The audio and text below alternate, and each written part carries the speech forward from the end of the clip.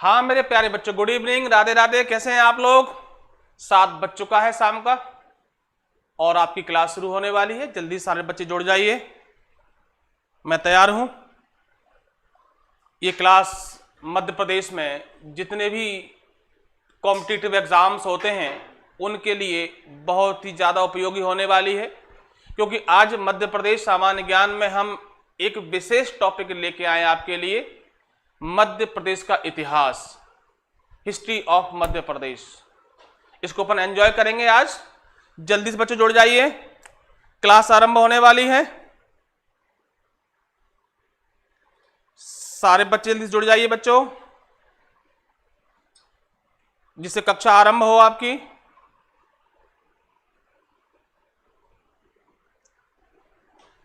जल्दी जल्दी से आ जाइए।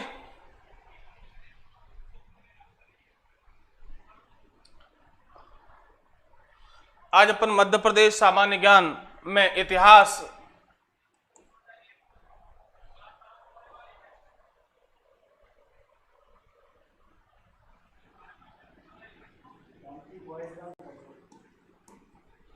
आज हम जो है इतिहास या हिस्ट्री के बारे में चर्चा करेंगे। जल्दी से सारे बच्चे जुड़ जाइए बच्चों।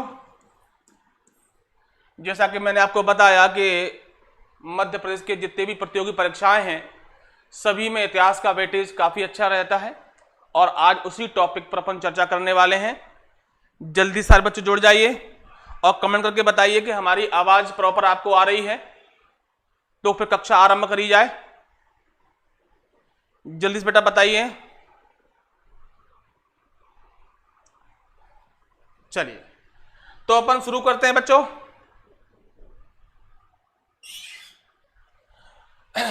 तो पहले हम ये जानते हैं कि इतिहास क्या होता है।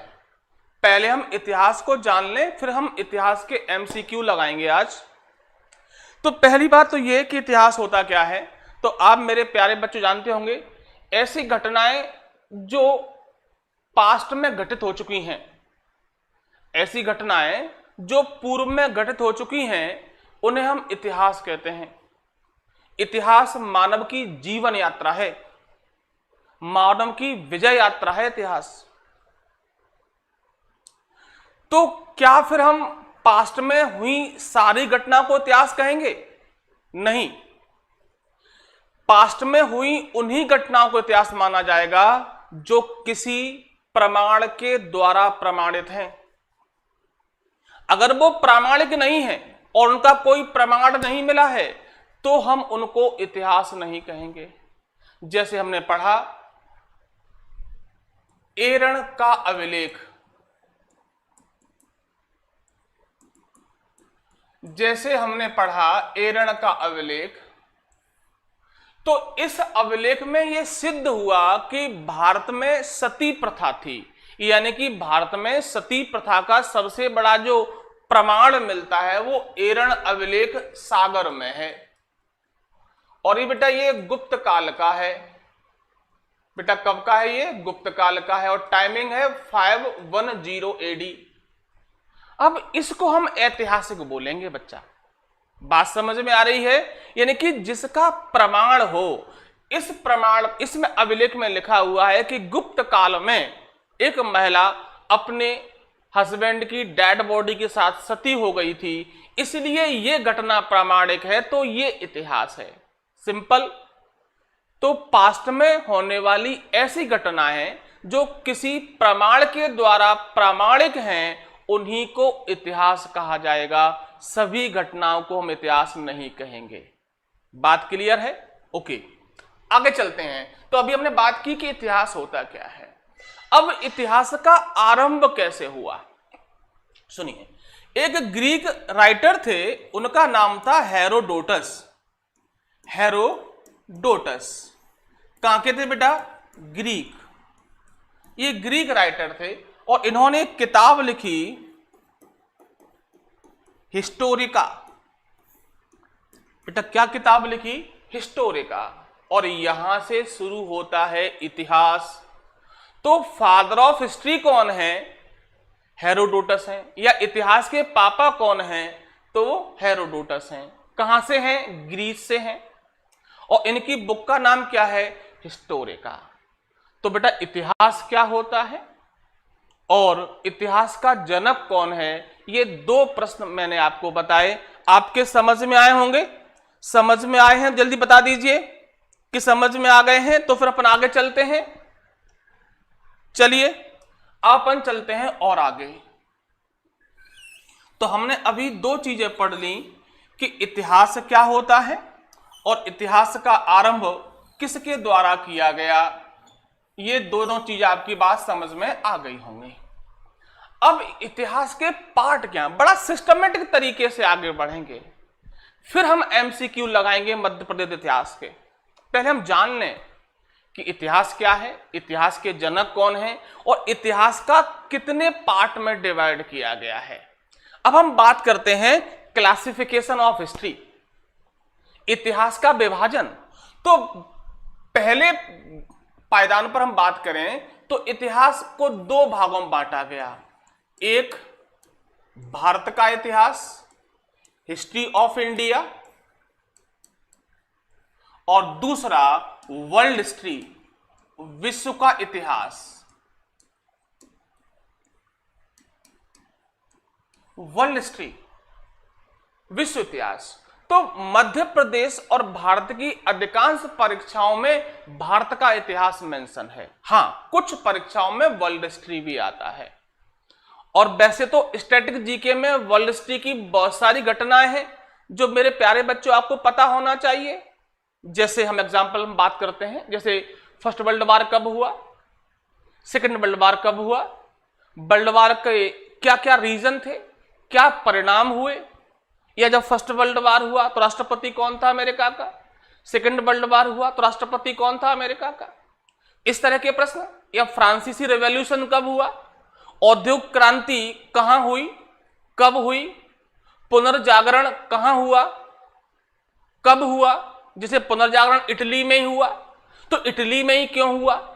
तो ऐसे बहुत सारे क्वेश्चन स्टैटिक जीके में भी आते हैं जिन्हें हम वर्ल्ड हिस्ट्री में काउंट करते हैं या स्टैटिक जीके बोल देते हैं आप लोग। और एक होता है भारत का इतिहास जो मेंशन है आपकी परीक्षाओं में। अगर आपने एमपी का सिलेबस देखा हो तो उसमें लिखा हुआ है कि मध्य प्रदेश के इतिहास से संबंधित घटनाएं या भारत के इतिहास से संबंधित घटनाओं का वर्णन, ये आपसे पूछा जाता है। तो हम आज इतिहास की बात कर रहे हैं, हम केवल एमपी के इतिहास की बात करेंगे। पहले कुछ हम बता दें कि इतिहास भारत का क्या है ना। तो चलिए भारत के इतिहास की बात करें तो भारत के इतिहास को या एमपी के इतिहास को भी तीन पार्ट में डिवाइड किया गया है। पहले पार्ट को हम बोलते हैं प्राचीन काल, एंशिएंट इंडिया। क्या बोलते हैं बेटा? प्राचीन काल बोलते हैं। और दूसरा पार्ट होता है जिसे हम मिडिवल पीरियड बोलते हैं, मध्यकाल बोलते हैं। और तीसरा पार्ट है जिसे हम आधुनिक भारत बोलते हैं, मॉडर्न इंडिया बोलते हैं। क्या ये बात आपकी समझ में आ रही है? मैं आपको समझा पा रहा हूं? जल्दी से बेटा बताइए कि हां समझा पा रहा हूं। अकुल शर्मा खुश रहो बेटा, ठीक है ना। इन्हें कि भारतीय इतिहास के तीन पार्ट हैं, तीन वॉल्यूम है, एंशिएंट इंडिया, मिडिवल इंडिया और मॉडर्न इंडिया। प्राचीन काल का जो आरंभ है प्रागैतिहासिक काल से होता है, राजपूत काल तक। और मिडिवल जो पार्ट है, जब भारत में मुस्लिम आक्रमण शुरू होते हैं,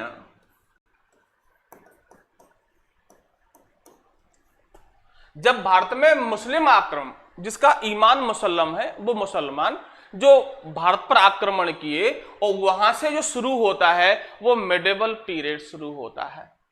तो पहले आक्रमण हुए, आपको पता होगा भारत में 712 से आक्रमण शुरू हो गए और 1206 में दिल्ली सल्तनत की स्थापना हो गई। तो ये जो पीरियड था वो संक्रमण काल था। और यहां से लेकर 1707 तक का जो समय है उसे हम भारत में मिडिवल पीरियड के नाम से जानते हैं। 712 से 1206 तक आक्रमण हुए और उन आक्रमणों में फाइनली मुस्लिम जीते और उन्होंने दिल्ली में या भारत में अपने एम्पायर की स्थापना की। तो 1206 से 1707 तक का जो समय है वो मिडेवल हिस्ट्री के नाम से जाना जाता है। ये जो मिडेवल हिस्ट्री है वो दो पार्ट में डिवाइड है। एक को हम बोलते हैं सल्तनत एज, एक को हम बोलते हैं सल्तनत काल, और दूसरे को बोलते हैं मुगलिया एम्पायर या मुगल काल। तो सिंपल है ना बेटा कि जब भारत में मुस्लिम आक्रमण शुरू हुए और मुस्लिम एम्पायर बना, तो जो सल्तनत काल का जो समय कहा जाता है वो 1206 से 1526 तक का समय है, और 1526 से 1707 अंतिम महान मुगल एम्परर आलमगीर प्रथम या औरंगजेब की डेथ हुई औरंगाबाद में, उस समय तक मुगल काल रहा। तो कहां तक बताया बेटा? 1200 से 1707 तक ये मिडेवल पीरियड है। और औरंगजेब की डेथ के बाद का जो समय है उसके बाद शुरू होता है भारत में आधुनिक भारत, यानी कि भारत में यूरोपियन लोगों के आने के साथ शुरू हो गया मॉडर्न इंडिया, और इसका टाइमिंग औरंगजेब की मृत्यु के बाद माना जाता है, और 1947 तक और उसके बाद भी इतिहास में ही शामिल है। समथिंग 25-30 साल पहले घटना हम इतिहास में काउंट कर लेते हैं। तो ये आपका इतिहास का कालक्रम का विभाजन है। बात समझ में आ गई है? प्राचीन काल, मध्यकाल और आधुनिक काल। हमने मध्यकाल के बारे में बताया आपको और आधुनिक काल के बारे में बताया। भारत में यूरोपियन लोग आए, पुर्तगाली आए, डच आए, अंग्रेज आए, फ्रांसीसी आए। ध्यान, फ्रांसीस में लास्ट में आए थे, है ना। उन्होंने उसमें से डचों ने पुर्तगालियों को भगा दिया, डचों को अंग्रेजों ने भगा दिया, और फ्रांसीसियों को अंग्रेजों ने भगा दिया, और भारत में अंग्रेजों ने भारत को गुलाम बना लिया। और बाद में father of nation Mahatma Gandhi के नेतृत्व में नेशनल मूवमेंट शुरू हुआ और भारत को आजादी मिली 47 तक का। तो ये कुल भारत का इतिहास है, ये कुल एमपी का इतिहास है, जिसके बारे में हमें एमसीक्यू में आज क्वेश्चन लगाने हैं। तो पहले हम बात करेंगे प्राचीन काल के बारे में। आई होप ये आपके समझ में आया होगा। समझ में आया है थोड़ा सा उसमें कमेंट कर बताइए बच्चों। अब हम बात करते हैं प्राचीन काल के बारे में। तो जैसे हम प्राचीन काल के बारे में बात करते हैं तो प्रागैतिहासिक काल से भारत का या एमपी का इतिहास शुरू होता है, प्रागैतिहासिक काल से। तो प्राचीन काल को हम कितने भागों में बांट सकते हैं ये आप देखिए। तो पहला जो पार्ट होगा इसको हम बोलेंगे प्रागैतिहासिक काल, और दूसरा पार्ट होगा जिसको हम बोलेंगे आद्य ऐतिहासिक काल, और तीसरा पार्ट होगा जिसे हम बोलेंगे ऐतिहासिक काल। क्या बात बच्चों आप समझ पा रहे हैं? अभी आपको हमने मेडिवल और मॉडर्न के बारे में बताया, अभी हम आपको प्राचीन काल के बारे में बता रहे हैं, क्योंकि बेटा आज के जो एमसीक्यू हैं वो इसी टॉपिक से संबंधित होंगे। मेडिवल और मॉडर्न के एमसीक्यू आफ्टर सम टाइम या क्लास के बाद जो क्लास होंगी उसके बाद उसमें शुरू होंगे। तो पहला है प्रागैतिहासिक काल। ये वो समय है जो 5 लाख वर्ष ईसा पूर्व शुरू होता है और 8000 ईसा पूर्व चलता है। इस काल में लोग लेखन कला से परिचित नहीं थे। ध्यान रखना बेटा, ये वह काल है जिसमें लोग लिखना या इस समय की कोई लिपि प्राप्त नहीं हुई है, यानी कि लिपि का ज्ञान नहीं था। ध्यान रखना बेटा, ये वो समय था जिसमें लोगों को कोई लिपि का ज्ञान नहीं था, कोई लिखित साक्ष्य नहीं मिला है, केवल पुरातात्विक साक्ष्य मिले हैं। बेटा क्या मिला है? राधे राधे बेटा, सभी को राधे राधे। भैया आपको बात समझ में आ रही है? अगर समझ में आ रही है तो बताइए, अगर कहीं प्रॉब्लम है तो भी बताइए। ठीक है बच्चों, चलिए आगे चलें बेटा। तो ये वो समय 5 लाख ईसा पूर्व से लेकर 8000 तक का जो समय है बीसी में, वो हम प्रागैतिहासिक काल के नाम से जानते हैं। इस समय का हमें कोई लिखित प्रमाण नहीं मिला है। तो प्रागैतिहासिक काल वो काल होगा जिसमें कोई लिखित प्रमाण नहीं मिला है, केवल पुरातात्विक आर्कोलॉजिकल साक्ष्य मिले हैं। दूसरा आता है आद्य ऐतिहासिक काल। इसके जो साक्ष्य हैं, इसके जो लिखित साक्ष्य हैं, वो अभी तक पढ़े जा सके नहीं हैं।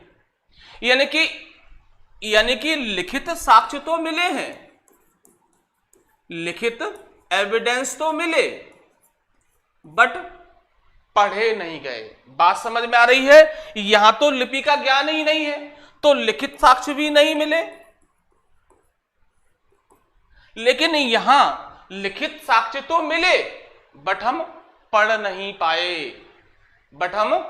नहीं पाए। जैसे इंडस वैली सिविलाइजेशन, आपने इतिहास में सुना होगा कि सिंधु घाटी की सभ्यता की जो लिपि थी वो क्रिटिग्राफिक है, भाव चित्रात्मक, जिसको आज तक हम नहीं पढ़ पाए हैं, क्योंकि वो उर्दू की तरह राइट टू लेफ्ट लिखी गई है, आज तक नहीं पढ़ पाए हैं। और ऐतिहासिक काल वो होगा जिसमें लिखित प्रमाण मिला है और पढ़ भी लिया गया है। तो क्या ये बात बच्चों आपके समझ में आ गई है? यानी कि प्राचीन इतिहास को हमने 3 पार्ट में डिवाइड किया। पहला प्रागैतिहासिक काल, फिर आद्य ऐतिहासिक काल और ऐतिहासिक काल। इनमें डिफरेंस क्या है कि प्रागैतिहासिक काल में लिखित साक्ष्य नहीं मिले हैं, क्योंकि उस समय लोगों को लिपि का ज्ञान नहीं था। आद्य ऐतिहासिक काल में लिपि का ज्ञान था, बट वो उस लिपि को हम आज तक पढ़ नहीं पाए हैं। और जैसे इंडस वैली सिविलाइजेशन और ऐतिहासिक काल की बात करें तो यहां हमें लिपि भी मिली, लिखित साक्ष्य भी मिले और वो पढ़ भी लिए गए। तो ये क्या बात समझ में आ गई है बच्चा आपके? अब देखिए, ये जो प्रागैतिहासिक काल है ये फिर कई पार्ट में डिवाइड है, ये भी फिर कई पार्ट में डिवाइड है। तो मैं बताता हूं। पहला पार्ट है पुरा पाषाण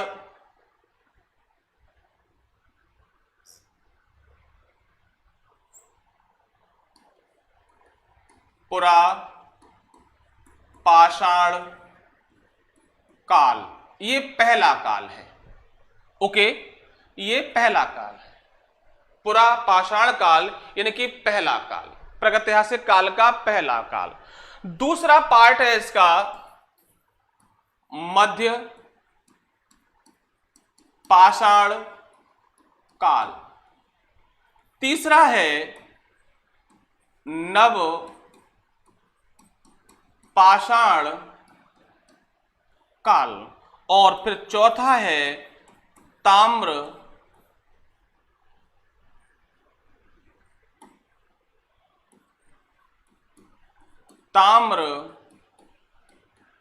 पाषाण काल। बेटा, इतिहास को जब तक आप क्रमबद्ध नहीं पढ़ेंगे तब तक आपके कॉन्सेप्ट क्लियर नहीं होंगे। इतिहास केवल घटनाओं का अध्ययन नहीं है। अगर आप तथ्यों के हिसाब से पढ़ेंगे, घटनाओं के हिसाब से पढ़ेंगे तो हिस्ट्री आपका मिस्ट्री हो जाएगा। कई लोग कहते हैं हिस्ट्री बड़ा बोरिंग सब्जेक्ट है।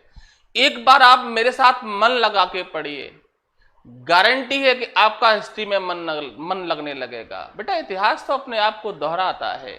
इतिहास से जो सीखते हैं वो आगे अपना मुकाम हासिल करते हैं। जो इतिहास से नहीं सीखते वो अपना वर्तमान और भविष्य दोनों खराब कर लेते हैं। तो इतिहास तो आपको पढ़ना चाहिए। प्रतियोगी परीक्षाओं में आता है इसलिए नहीं, हर व्यक्ति, हर जिज्ञासु व्यक्ति जानना चाहता है कि हमारे पूर्वज कैसे थे, उनका ग्रोथ कैसे हुआ, हम किस ऋषि मुनियों की संतान हैं, हमारा एवोल्यूशन कैसे हुआ, हम आज कहां तक आए। ये हर आदमी को जानने की इच्छा होती है। तो यही तो सब इतिहास है। तो प्राचीन इतिहास को हमने पहले 3 पार्ट में डिवाइड किया, प्रागैतिहासिक काल, आद्य ऐतिहासिक काल और ऐतिहासिक काल। फिर जो प्रागैतिहासिक काल था वो हमने 4 पार्ट में डिवाइड किया, पुरा पाषाण काल, दूसरा मध्य पाषाण काल और तीसरा नव पाषाण काल। क्या ये बात आपको समझ में आ रही है बच्चा? बोलो बेटा। हाँ बेटा, कुछ दिन क्लास ऑफ रही थी, कुछ टेक्निकल इशू थे बेटा जूली। अब क्लास ये रेगुलर रहेगी और आपको रोज शाम को 7 बजे ये क्लास मिलेगी। आप इस चैनल को सब्सक्राइब कर लें तो उसका जो नोटिफिकेशन है वो आप तक पहुंच जाया करेगा, जिससे क्लास आरंभ हो रही है तो आपको मालूम चल जाएगा।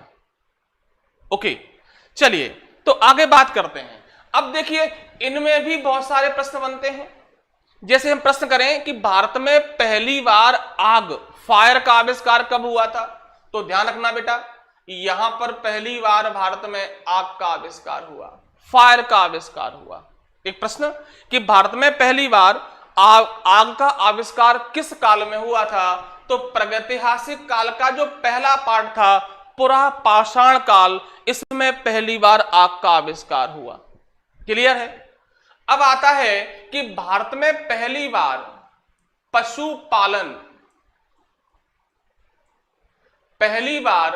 पशुपालन का आरंभ कब हुआ, तो आप बताएंगे मध्य पाषाण काल में पहली बार पशुपालन का आरंभ हुआ था। मध्य प्रदेश में इसके अवशेष मिले हैं। ध्यान रखना कि भारत में पहली बार मध्य पाषाण काल में जो है पशुपालन का आरंभ हुआ था। बात समझ में आ रही है? यानी कि भारत में जो पहली बार था, एक जगह सुनी होगी आपने, आदमगढ़। आदमगढ़ पड़ता है होशंगाबाद में, तो आदमगढ़ में पहली बार मध्य प्रदेश में मनुष्य पशु पालता था। बेटा, आदमगढ़ में एक कब्र मिली है जहां एक मनुष्य के साथ एक कुत्ते को दफनाया गया था। तो यह प्रश्न कई तरह से हो सकता है कि पहला प्रश्न ये कि मध्य प्रदेश में मनुष्य पशु पालता था, इसका हमें कहां मिला एविडेंस, तो आप बताएंगे आदमगढ़ में। आदमगढ़ किस जिले में है, तो आप बताएंगे होशंगाबाद में। आप फिर पूछेंगे कि भैया कौन सा एनिमल था जो यहां पाया गया था, तो आप बताएंगे कुत्ता था। और इसकी जो अब आता है, इसकी खोज किसने की थी, तो अपन बता देंगे आरबी जोशी ने की थी। कौन ने की थी बेटा? आरबी जोशी। बात समझ में आ रही ना? एक के साथ बहुत सारे मल्टी टाइप क्वेश्चन जुड़े हुए हैं, एक एक करके अपन करेंगे, डोंट वरी। तो ये बात समझ में आ गई। तो ये मध्य पाषाण काल। नव पाषाण काल जब आया तो लोगों ने कृषि करना आरंभ हुआ। भारत में जो कृषि का विकास है वो नव पाषाण काल में हुआ, क्योंकि इसी काल में पहिए का आविष्कार हुआ। और पहिया उस समय की एक क्रांति थी विकास में। जैसे आज 5G है, उस समय पहली बार जब पहिया बनाया गया तो फ्रिक्शन, घर्षण कम हो गया। आप ज्यादा सामान को एक स्थान से दूसरे स्थान पर ले सकते थे, फ्रिक्शन कम हो गया पहिया बनने से। तो एक उस समय का बेहतरीन आविष्कार था। अब जब खेती करने लगा मनुष्य तो स्थायी निवास का भी आरंभ हो गया। तो सिंपल सा प्रश्न है कि भारत में स्थायी निवास कब शुरू हुआ? नवपाषाण काल में। पहिए का आविष्कार कब हुआ? नवपाषाण काल में। कृषि का आरंभ कब हुआ? नवपाषाण काल में। तो बच्चों, आपको यह बात समझ में आई है कि प्राचीन भारत को पहले हम 3 पार्ट में डिवाइड किए, प्रागैतिहासिक काल, आद्य ऐतिहासिक काल और ऐतिहासिक काल। ये चीजें आपको टीचिंग का जो एग्जाम होता है SST, उसमें भी यूजफुल होंगी,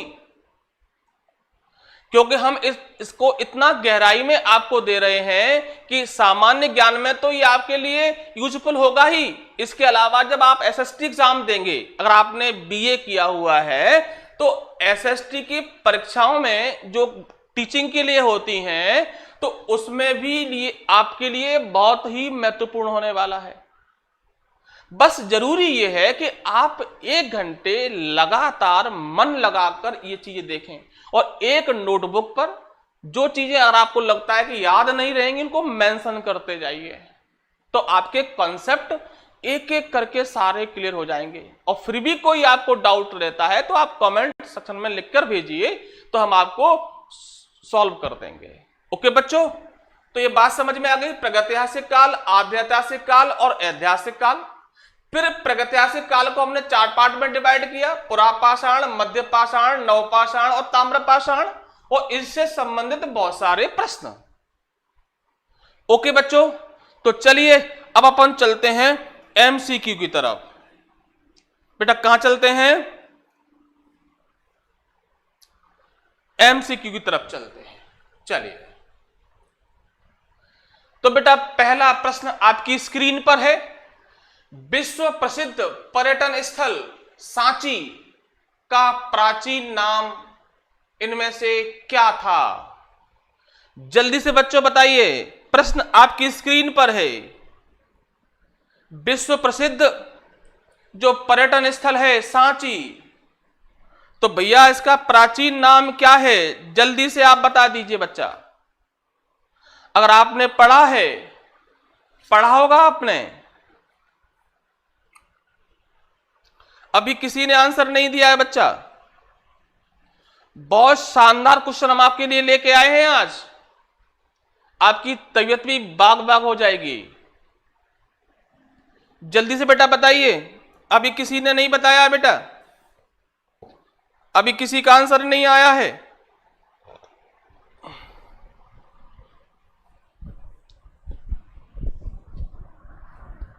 चलिए बताइए बेटा, विश्व प्रसिद्ध पर्यटन स्थल सांची का प्राचीन नाम यह भी था, काकड़ाम था, बैत्रवती था, बेसनगरी था या दसुप था? जल्दी से बताइए बेटा। काकड़ाम, बैत्रवती, बेसनगरी या इसको ये रास में हट गया है दसपुर। जल्दी से बताइए बेटा क्या आंसर है इसका?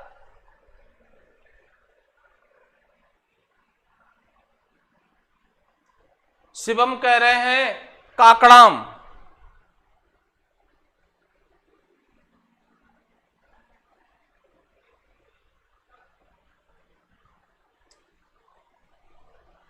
हाँ बेटा, शिवम का आंसर बिल्कुल सही है, काकड़ाम ही था।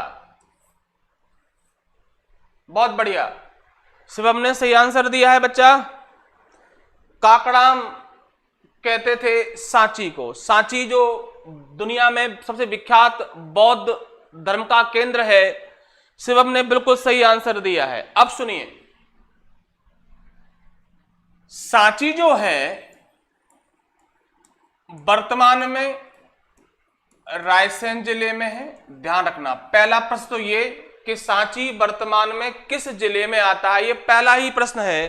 तो आप बताएंगे बच्चा कि ये रायसेन जिले में आता है। क्लियर है? बोलो। चलिए, अब दूसरा प्रश्न आता है कि सांची क्यों फेमस है, तो आप बताएंगे कि सम्राट अशोक ने यहां पर बौद्ध स्तूप बनवाया था। यहां कुल 3 स्तूप हैं, बौद्ध स्तूप बनवाया था।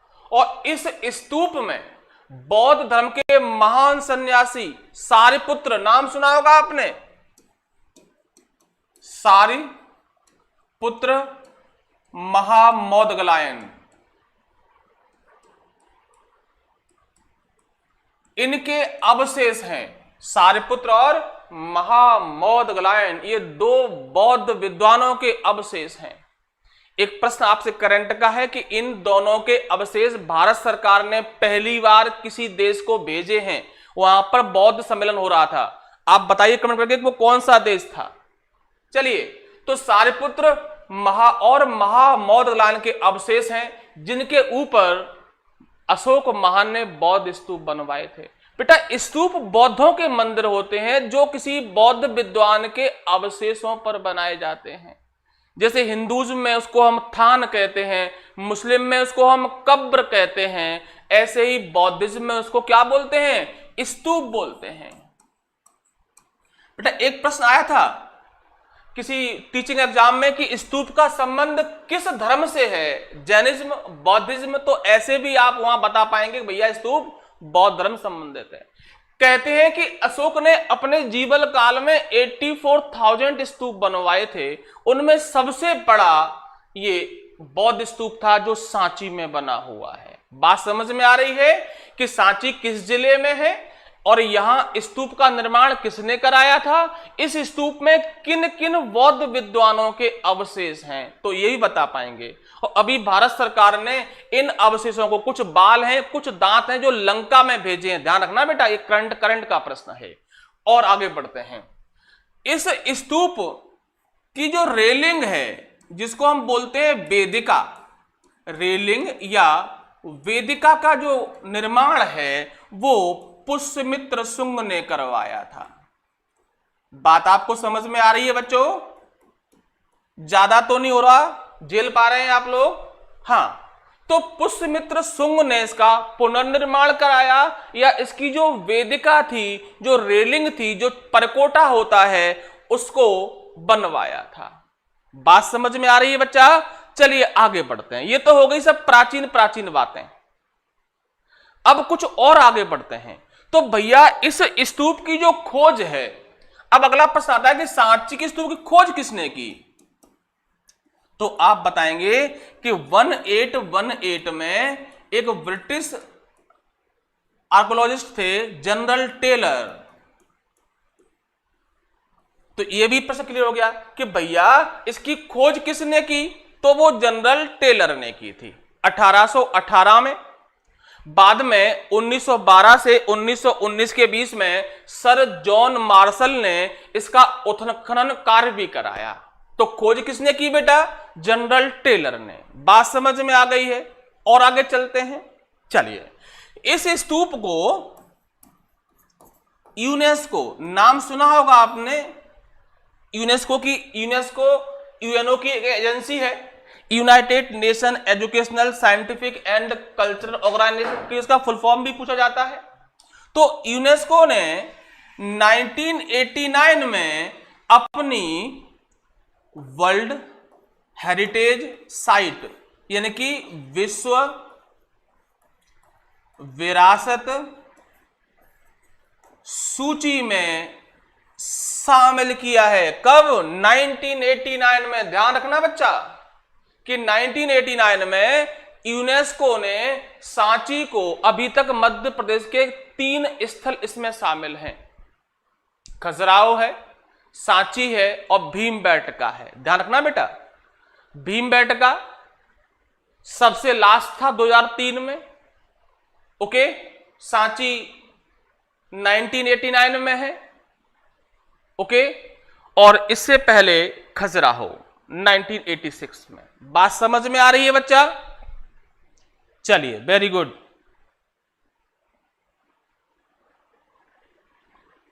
चलें बेटा,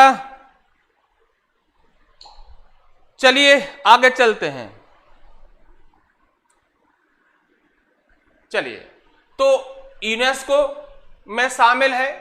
अब एक प्रश्न और बचा कि सांची का जो स्तूप है, सांची का जो स्तूप है वो किस भारतीय मुद्रा पर छपा हुआ है? तो आप बता देंगे 200 रुपया। 200 रुपया पर सांची के स्तूप को छापा गया है। 200 का रुपया भारतीय मुद्रा करेंसी में पहली बार छापा गया था। ओके, तो ये बात समझ में आ गई।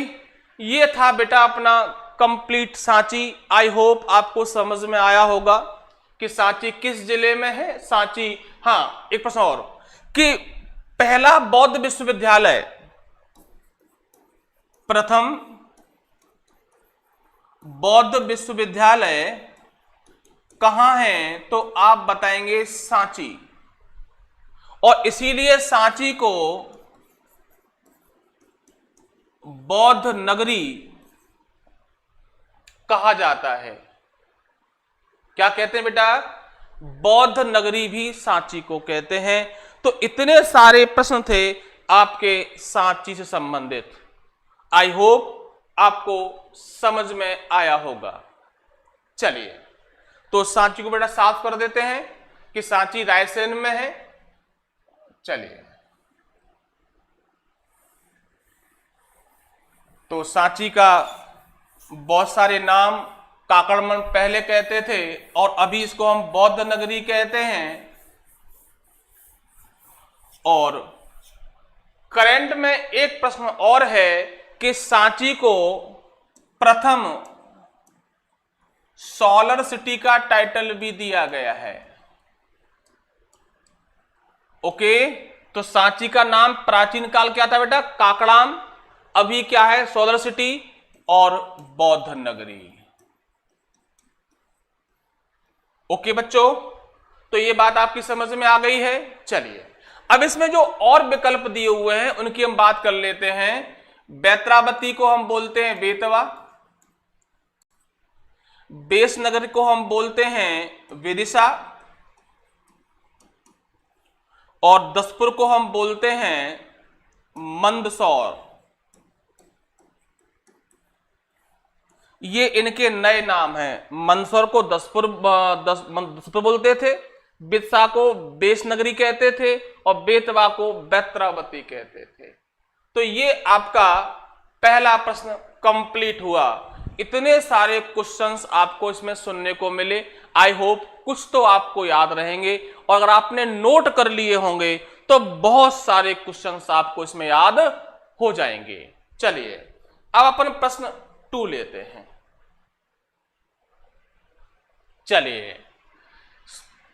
चलिए प्रश्न बताइए, भीमबेटका को किसने खोजा था? सिंपल सा प्रश्न है कि भीमबेटका को किसने खोजा था? Doctor H D. Sankalia, doctor Shyam Sundar Nigam, doctor Vishnu Shridhar Wakankar, और डॉक्टर राजवली पांडे। जल्दी से बच्चों बता दीजिए, अगर आपको इसका आंसर पता है तो जल्दी से आंसर बताइए बच्चा।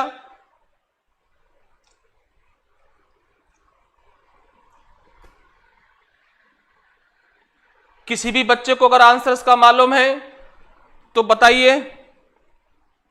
अभी तक किसी ने आंसर नहीं दिया है।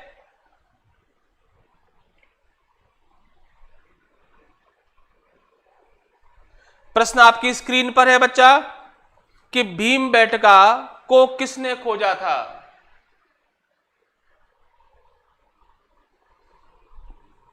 भीमबेटका को किसने खोजा था? अभी किसी का आंसर नहीं आया बेटा।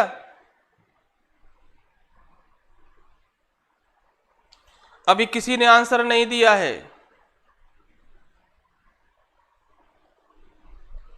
चलो मैं बताता हूं। विष्णु श्रीधर वांकड़कर, या बोलते हैं वीएस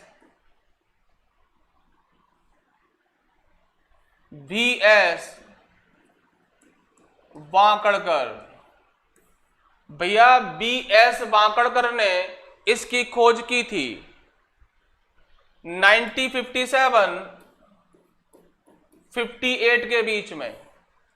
तो पहला प्रश्न यही कि भैया भीमबेटका को किसने खोजा था। जो प्रश्न पूछ रहा है वो तो उसका आंसर ये हो गया कि भैया भीमबेटका को किसने खोजा था। क्लियर है?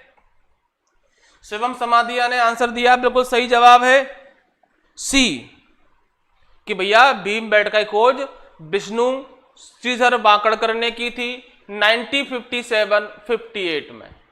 क्लियर है? आगे बात करते हैं। अब भैया ये भीमबेटका फेमस क्यों है? किसी भी प्रश्न को जब हम पढ़ते हैं तो वो क्या है, वो क्यों फेमस है, और उसका हमारे जीएस में क्या रोल प्ले होने वाला है, ये 2-3 चीजें आपको उससे संबंधित पता होना चाहिए। अगर आप इतना पता कर लेते हैं तो बस बहुत बढ़िया, शानदार हो जाएगा कि वह वस्तु क्या है, वह सब्जेक्ट क्या है, उसका महत्व क्यों है, और हमारे प्रतियोगी परीक्षाओं में उसकी क्या उपयोगिता है। और आप क्यों, क्या, कैसे, और ये 3 चीजों का अर्थ आप बेहतरीन समझ सकते हैं, उसका यूज कर सकते हैं, तो आपके सारे कंसेप्ट 1 बाय 1 क्लियर हो जाएंगे। तो चलिए, तो अब हम बात करते हैं कि भीमबेटका का हमारे जीएस में क्या उपयोगिता है। तो भैया यहां पर पाषाणकालीन, क्या बेटा? पाषाण कालीन अवशेष प्राप्त हुए हैं। क्लियर है बेटा कि भैया भीमबेटका भारत में क्यों फेमस है? तो यहां पर पाषाण कालीन अवशेष प्राप्त हुए हैं, पुरा पाषाण काल से नव पाषाण काल तक। ध्यान रखना, और गहराई में जाएं तो क्या लिख सकते हैं? पुरा पाषाण से कब तक? नव पाषाण तक। आप समझ पा रहे हैं ना बेटा? या तो पाषाण काल, और गहराई में जाएं तो कब से कब तक? पुरा पाषाण से नव पाषाण काल। इन्हीं भीमबेटकाओं में प्रागैतिहासिक काल की गुफाएं हैं जो इस काल की हैं, पाषाण काल की या पुरा पाषाण काल की। बात समझ में आ रही है? भीमबेटका में पुरा पाषाण काल से लेकर नव पाषाण काल की बहुत सारी गुफाएं, बताते हैं 700 से ज्यादा गुफाएं हैं, और जिनकी खोज विष्णु श्रीधर वाकड़कर ने इस पीरियड में की थी 90, 57, 58। बात समझ में आ गई? आगे बढ़ते हैं। अब ये गुफाएं किस पर्वत पर हैं? तो आप बताएंगे विंध्याचल पर्वत पर हैं। कहां है बच्चा? विंध्याचल। एक एक चीज क्लियर कर दूंगा आपकी। विंध्याचल पर्वत पर है। अब ये किस जिले में है? तो आप बताएंगे, जिले का नाम बता पाएंगे आप? रायसेन।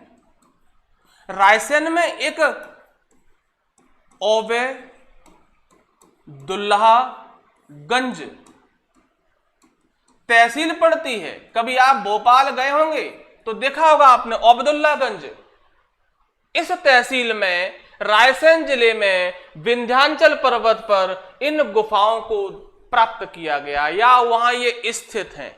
बात समझ में आ गई है? आगे बात करें। यहां पर ऐसा भी माना जाता है कि पांडवों ने अपना अज्ञातवास भी स्पेंड किया, या अज्ञातवास भी बिताया है बेटा। बात समझ में आ रही है? कि अगर यह प्रश्न पूछे कि इनमें से किन गुफाओं का संबंध पांडवों के अज्ञातवास से है, तो आप बताएंगे कि भैया भीमबेटका की गुफाएं हैं। अच्छा, सिंपल सा बताइए कि पांडवों को कितना साल का अज्ञातवास हुआ था?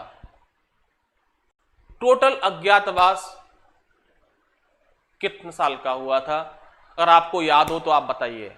चलिए, तो बात समझ में आ गई है। खोज किसने की, किस काल की है, किस जिले में है, तहसील कौन सा है, और विंध्याचल पर्वत, तो औबेदुल्लागंज। और आपने एमपी के एमसीक्यू लगाए होंगे या परीक्षाएं दी होंगी, तो एक प्रश्न और आया होगा कि भैया औबेदुल्ला कप ट्रॉफी होती है का संबंध किस खेल से है? प्रश्न से बहुत सारे प्रश्न निकलाएंगे। तो औबेदुल्ला एक सुल्तान हुआ करते थे, नवाब टाइप के, उन्हीं के नाम पर एक ट्रॉफी का नाम है, उसका नाम है औबेदुल्ला कप, मध्य प्रदेश में होता है। तो ये हमें पता होना चाहिए कि ये किस गेम में होता है। फुटबॉल में होता है, स्नूकर में होता है, क्रिकेट में होता है, मलखंभ में होता है। अगर आपको पता हो तो आप बताइए, मैं आपके लिए छोड़ रहा हूं ये। तो आपके लिए दो प्रश्न है कि पांडवों को कितने साल का अज्ञातवास या वनवास हुआ था, और अब्दुल्ला कप का संबंध किस गेम से है। 2 का आंसर है सी। जूली का भी सही आंसर है बेटा, शिवम का भी सही आंसर था। बहुत बढ़िया, अच्छा खेल रहे हैं आप लोग। चलिए आगे बढ़ते हैं, ये हो गया। अब और आगे चलें तो भैया इस भीमबेटका को यूनेस्को ने भी अपनी साइड में शामिल किया है। भीमबेटका को यूनेस्को ने भी अपनी साइट में शामिल किया है। कब? 2003 में United Nation Educational, Scientific and Cultural Organization, इसने 2003 में इसको शामिल किया हुआ है। शिवम समाधिया कह रहे हैं 1 ईयर, बिल्कुल सही बात है। अज्ञातवास 1 साल का था, 12 साल का वनवास था और 1 साल का अज्ञातवास था। बहुत बढ़िया शिवम। चलिए, तो आई होप कि ये प्रश्न आपका क्लियर हो गया होगा कि भीमबेटका, या कभी कभी ऐसा आता है कि मध्य प्रदेश में प्रागैतिहासिक काल की गुफाएं कहां मिली हैं, तो भीमबेटका में खोज किसने की, बांकड़कर ने।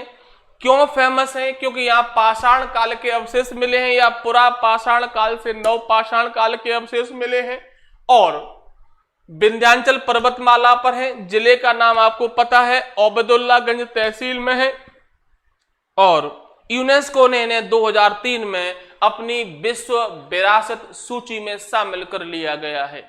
आई होप ये प्रश्न आपके समझ में आया होगा। बहुत सारे क्वेश्चन इससे जुड़े हुए जो आपने अभी सुने। आगे चलें बच्चा, प्रश्न नंबर 3 उठाते हैं।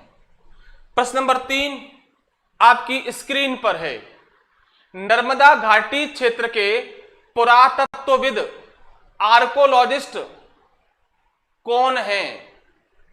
ऑप्शंस है HD साकलिया हैं, RV जोशी हैं, या दोनों हैं, या विष्णु श्रीधर वाकड़कर हैं।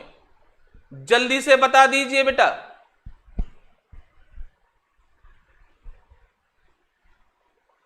अगर आपको याद है तो जल्दी से बताइए।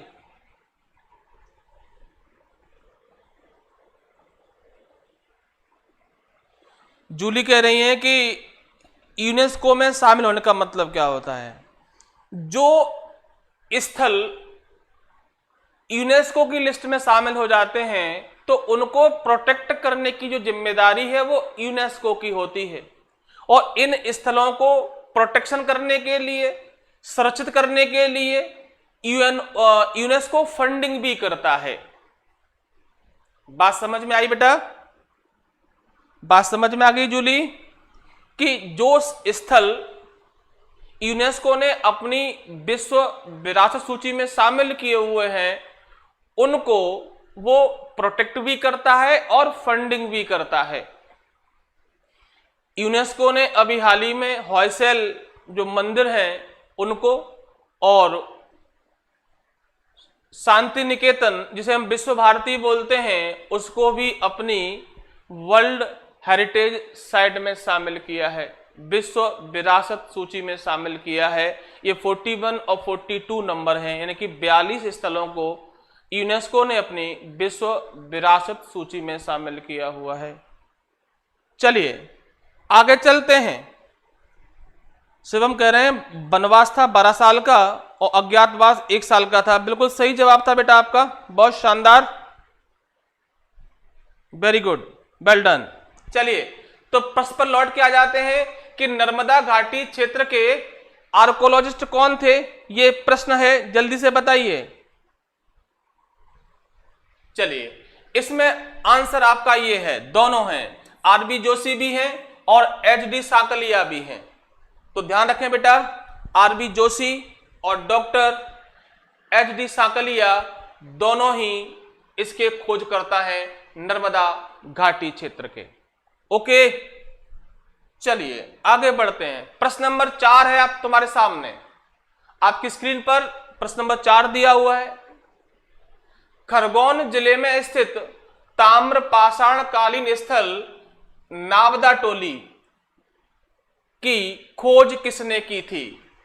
बहुत बढ़िया क्वेश्चन है, बताइए बेटा, नावदा टोली की खोज किसने की थी? आपके आंसर है RV जोशी है, HD साकलिया है, HV त्रिवेणी है और विष्णु श्रीधर वाकड़कर हैं। 4 विकल्प दिए हुए हैं, जल्दी से बताइए।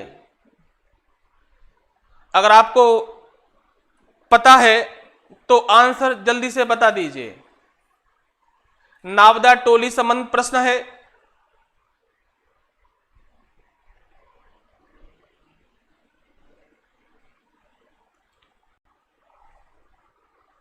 जूली साकिब का आंसर आया है सी, एच.बी.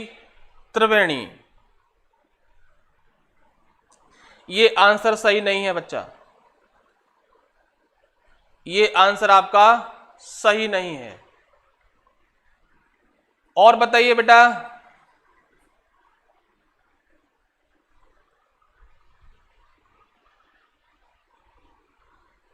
जल्दी बताइए, सी आंसर सही नहीं है इसका।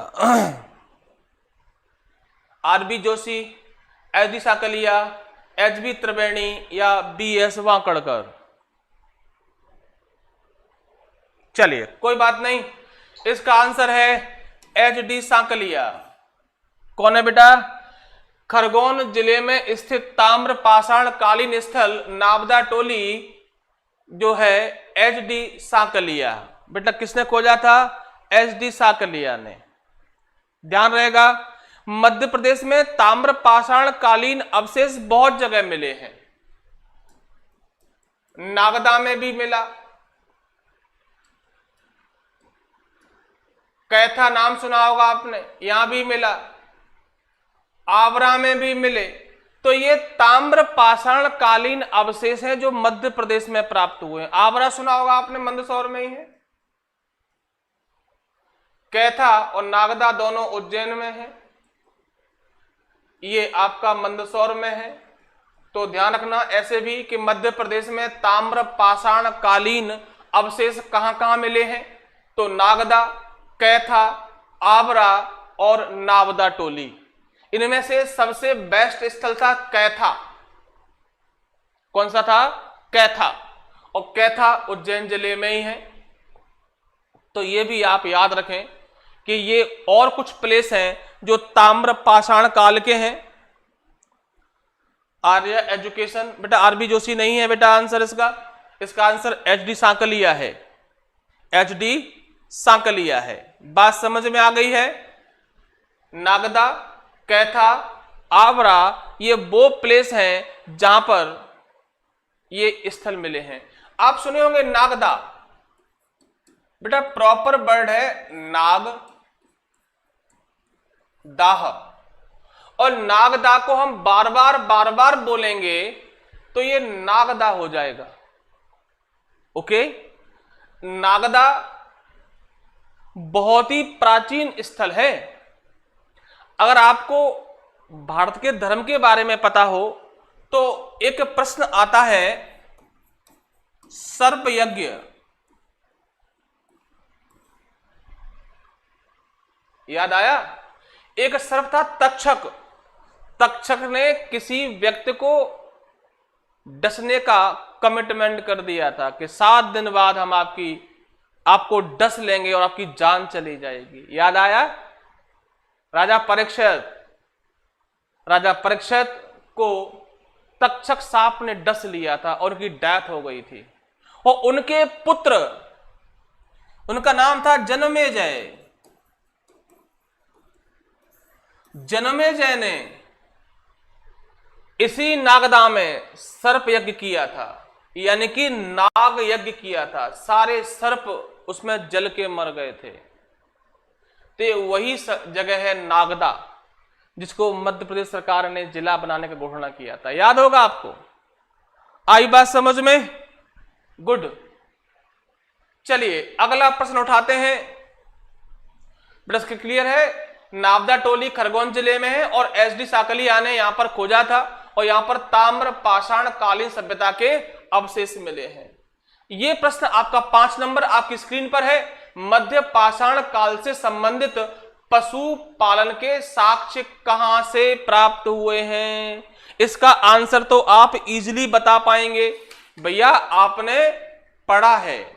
बोलो बेटा, अभी थोड़ी देर पहले ही हम आपको बताए थे, थोड़ी देर पहले ही हम आपको बताए थे कि मध्य प्रदेश में पशु पालन के साक्ष्य कहां से प्राप्त हुए हैं। तो इसका आंसर आपको मालूम है, आदमगढ़ से है।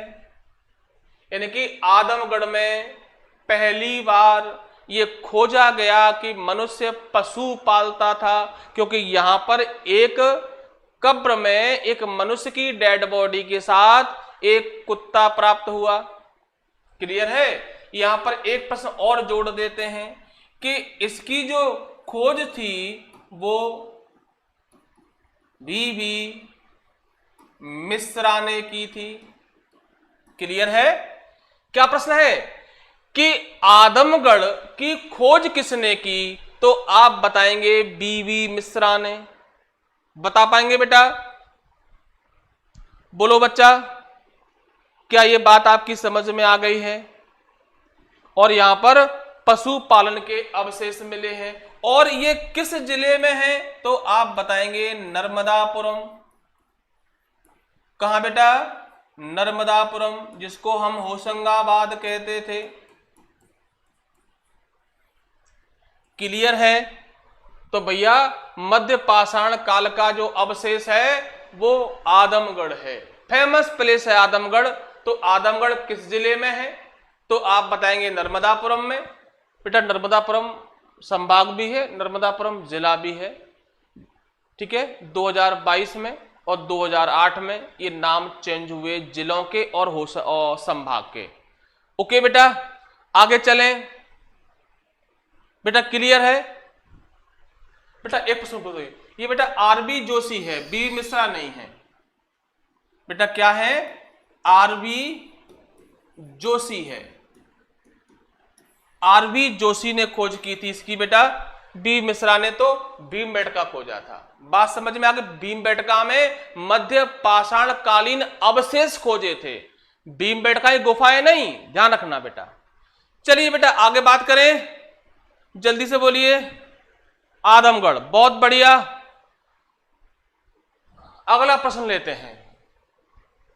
प्रश्न नंबर 6 आपकी स्क्रीन पर है। प्रश्न नंबर 6 आपकी स्क्रीन पर है। मध्य प्रदेश में स्थित गुप्तकालीन मंदिर कौन सा है? जल्दी से बताइए बेटा। मध्य प्रदेश में कौन से गुप्तकालीन मंदिर हैं? बहुत बढ़िया बच्चे खेल रहे हैं आज, शानदार। और आप आज खेल रहे हैं तो आपको ऐसा लग भी रहा होगा कि आपको बहुत सारे क्वेश्चंस जानने का मौका मिला है। लाइव क्लास में जब आप लाइव होते हैं तो एक अलग चीज होती है देखने की, अलग चीज होती है महसूस करने की, वो चीजें याद होती हैं। हालांकि आप बाद में भी रिकॉर्डेड वीडियो देख सकते हैं, बट जब आप खुद भी लाइव होते हैं हमारे साथ तो आप आंसर देते हैं, हम उसको एक्सप्लेन करते हैं, तो आपको ऐसा लगता ही नहीं कि हम लाइव क्लास में बैठे हुए हैं, लगता है ऑफ क्लास में बैठे हुए हैं, ऑफलाइन क्लास में बैठे हुए हैं।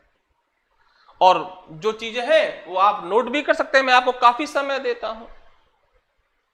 चलिए प्रश्न नंबर 6 कह रहा है कि मध्य प्रदेश में स्थित गुप्तकालीन मंदिर इनमें से कौन से हैं? नचना कुठार का मंदिर है, विष्णु मंदिर है, शिव मंदिर है, विष्णु मंदिर है। लेकिन बेटा विष्णु मंदिर एरण में भी है, विष्णु मंदिर तिगवा में भी है, अलग अलग है ये बेटा। ये जल्दी से आंसर दे दीजिए बच्चा, अभी तक किसी का आंसर नहीं आया है, अभी किसी का आंसर नहीं आया है।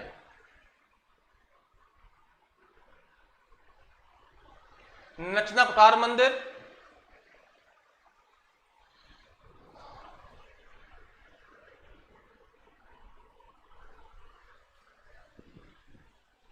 बोलो बेटा, बता देता हूं आपको। ये कटनी में है, ये सतना जिले में है। मध्य प्रदेश में स्थित गुप्तकालीन मंदिर कौन से हैं बेटा? सभी हैं। अभी किसी ने आंसर नहीं दिया है, उपरोक्त सभी हैं। बोलो बेटा, उपरोक्त सभी हैं। बात आपकी समझ में आ गई है? उपरोक्त सभी हैं। बेटा ये लिखा हुआ है सागर में है, ये पन्ना में है, और ये सब गुप्त काल के मंदिर हैं। और एक प्रश्न मैं आपको और बता दूं कि अगर प्रश्न आया कि भारत के इतिहास में या भारतीय इतिहास में प्रथम बार, ये ध्यान रखना, प्रथम बार मंदिर का निर्माण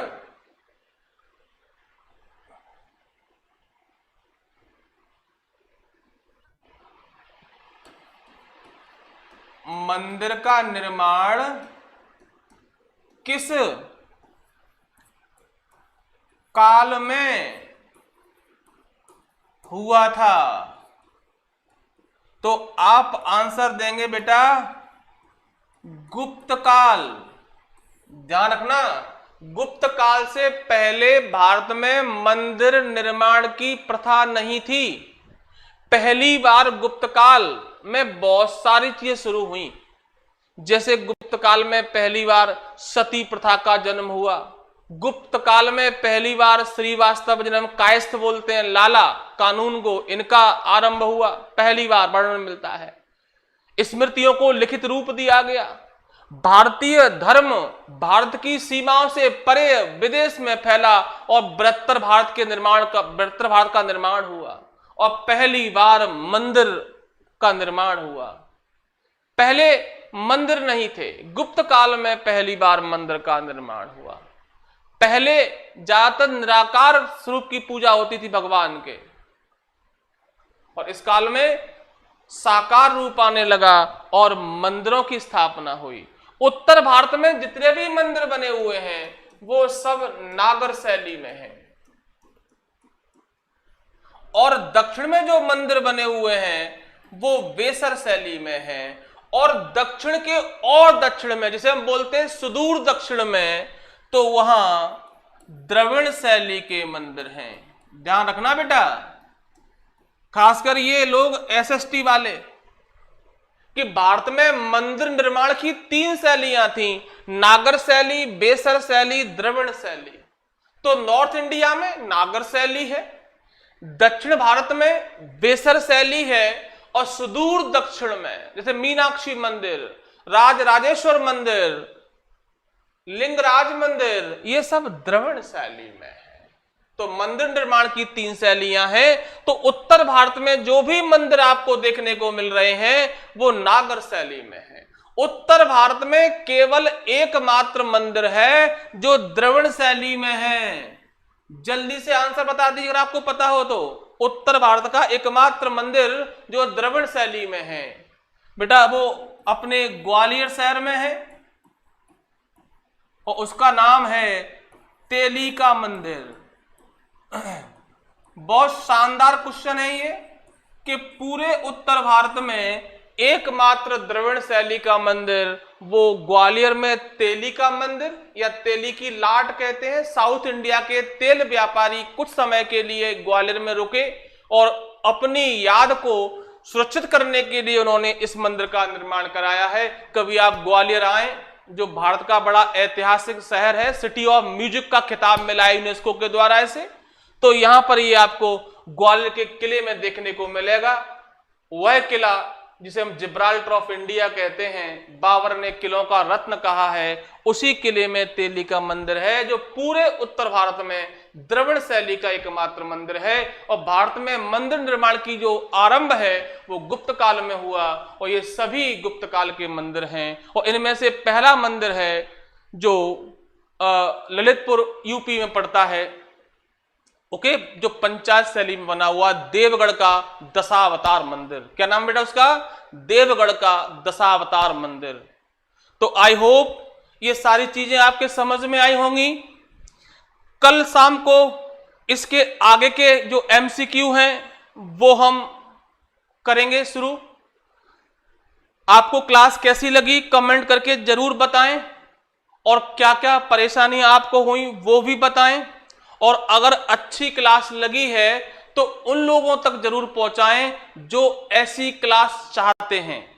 हो सकता है कि आप साधन संपन्न हो और आपके लिए तो बहुत सारे विकल्प हैं, बट उन बच्चों को जिनके पास साधन सीमित हैं और वो शहरों में नहीं आ सकते पढ़ने के लिए, उन छात्रों तक ये क्लास अवश्य पहुंचाएं। तुम्हारे साथ में जितने भी लोग हैं, 1 2 3 जो भी जिनको इसकी नीड है, उन तक ये क्लास जरूर पहुंचाएं। हो सकता है आप साधन संपन्न हो, आपको जरूरत ना हो, बट नीडी छात्रों तक ये क्लास अवश्य पहुंचाएं। तो शेयर भी करें, लाइक भी करें और कमेंट करके बताएं क्लास आपको कैसा लगा, और कोई समस्या हो तो आप भी बताएं इसमें। चलिए कल मिलते हैं। जय हिंद, जय भारत, वंदे मातरम।